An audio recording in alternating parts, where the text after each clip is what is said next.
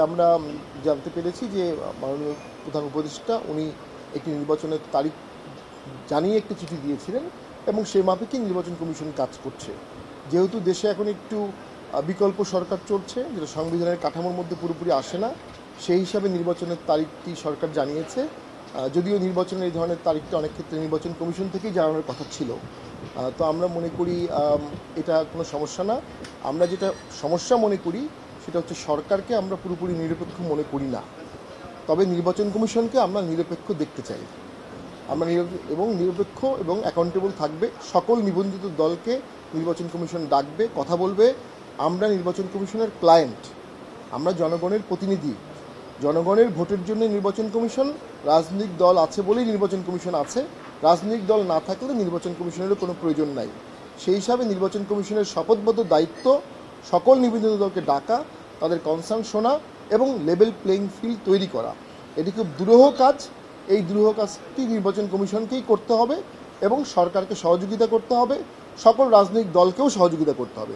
রাজনৈতিক দলগুলোর সহযোগিতা ছাড়া লেভেল প্লেইং ফিল্ড কখনো তৈরি হবে না। নির্বাচন কমিশন একা সেটা পারবে না। এই পারস্পরিক সম্মানবোধ, সৌহার্দ্যবোধ আমরা মনে করি দেশের জন্য অত্যন্ত প্রয়োজন।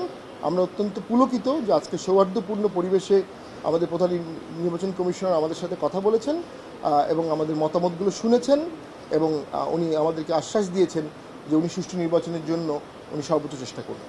প্রথম হচ্ছে আমাদের পার্টিতে 28 জুন কাউন্সিল গঠন করা কেন্দ্র করে একটি দ্বন্দ্বের সৃষ্টি হয়। সেই দ্বন্দ্বে আমাদের সদ্য সাবেক কিছু সিনিয়র নেতৃবৃন্দ ওনারা 28 জুনই কাউন্সিল করতে হবে, প্রয়োজনে জিএম কাদেরকে ছাড়াই ওনারা কাউন্সিল করবেন, এটি একটি উদ্যোগ নেন। যে উদ্যোগটি পরে ভেস্তে যায়।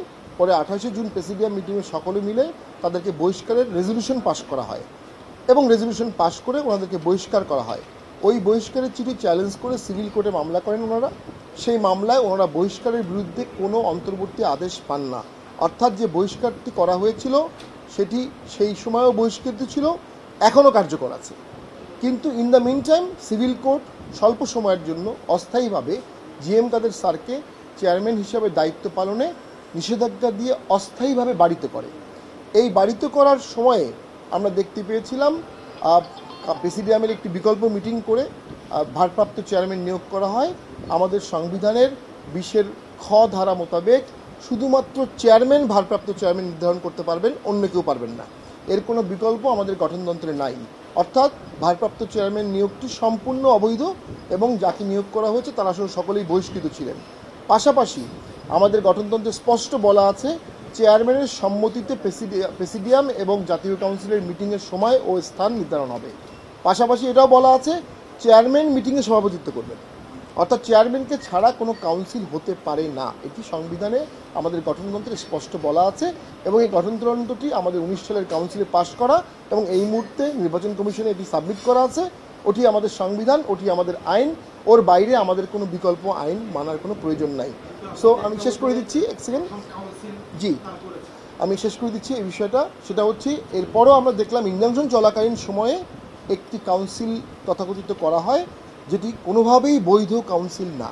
কিছু লোকের সমাবেশ করে একটি গ্যাদারিং করলেই সেটা বৈধ কাউন্সিল হতে পারে না। সেখানে আমার জানা মতে নির্বাচন কমিশনের প্রতিনিধি ছিল না। সেখানে আমার জানা মতে বহিষ্কৃত যারা ছিল তারা বহিষ্কৃতাদেশ প্রত্যাহার না হয়ে কী করে কাউন্সিল করবে, কী করে কাউন্সিলে অংশগ্রহণ করবে, সেটি সম্পূর্ণ একটা দশম কাউন্সিল হয়েছিল এবং এই একই রকম দশম কাউন্সিলের আগে আরেকটি গ্রুপ করেছিল।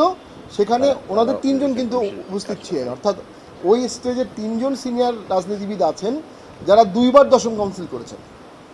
তো এই বিষয়গুলো অবশ্যই বিব্রতকর, তবে আইনের চোখে খুব স্পষ্ট জিএম কাদের ছাড়া অন্য কারো লাঙ্গল পাওয়ার কোনো সুযোগ আইনে নাই।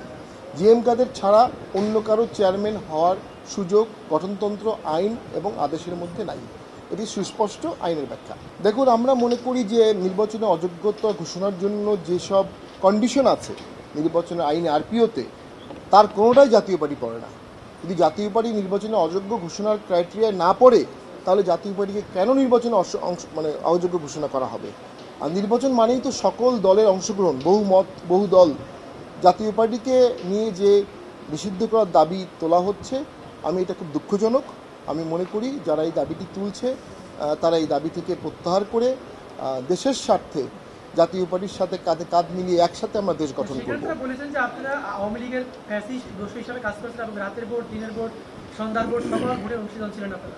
ওই ভোটগুলোতে চরমনাই অংশগ্রহণ করেছিল 18 সালে, বিএনপি অংশগ্রহণ করেছিল, জামাত অংশগ্রহণ করেছিল, এবং ওর মাঝখানে যে স্থানীয় সরকার নির্বাচনগুলো হয়েছিল, এখনও আপনি দেখবেন বাংলাদেশের অসংখ্য লোকাল গভর্নমেন্টে জামাতের নেতৃবৃন্দরা নির্বাচিত হয়ে এখনও আছে, যারা বিগত আমলে নির্বাচিত লোকাল গভর্নমেন্টে, তারা লোকাল গভর্নমেন্টে অংশগ্রহণ করেছেন কিন্তু 24 সালের জাতীয় নির্বাচনে অংশগ্রহণ করেননি।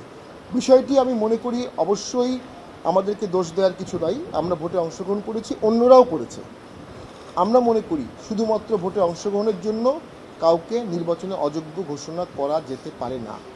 এটা গণতন্ত্রের জন্য ক্ষতিকারক, এটা দেশের অন্তর্ভুক্তিমূলক রাজনীতির জন্য ক্ষতিকারক, এবং লেভেল প্লেইং ফিল্ডের জন্য ক্ষতিকারক। আর সকল দল যদি ব্যান হয়ে যায় তাহলে ভোটে কম্পিটিটিভনেস থাকবে না। কম্পিটিটিভনেস ছাড়া যদি একটি ভোট হয় এবং একটি সরকার হয়, সেই সরকার টেকসই হবে না, অর্থনীতি মুখ থুবড়ে পড়বে, পলিটিক্যাল হস্টিলিটি বাড়বে এবং দেশ আস্তে আস্তে আস্তে গৃহযুদ্ধের দিকে চলে যাবে। আমরা আইনি ব্যাখ্যাটা দিয়েছি, আমাদের লাঙ্গল জিএম কাদেরের পক্ষেই আছে, জিএম কাদেরের স্বাক্ষরেই আছে। আমরা আইনি ব্যাখ্যায় দেখিয়েছি যে এটি অন্য কারো নিয়ে নেওয়ার কোনো সুযোগ নাই, এবং আমার দৃঢ় বিশ্বাস নির্বাচন কমিশনের যে প্রজ্ঞাবান ব্যক্তিবর্গ আছেন তারা আইনের সঠিক ব্যাখ্যা করে ন্যায় বিচার করবেন। জিএম কাদেরের লাঙ্গল, এরশাদের লাঙ্গল জিএম কাদেরের কাছেই থাকবে। Thank you. কমিশন আইন মাফিক ব্যবস্থা নেবে বলেছে।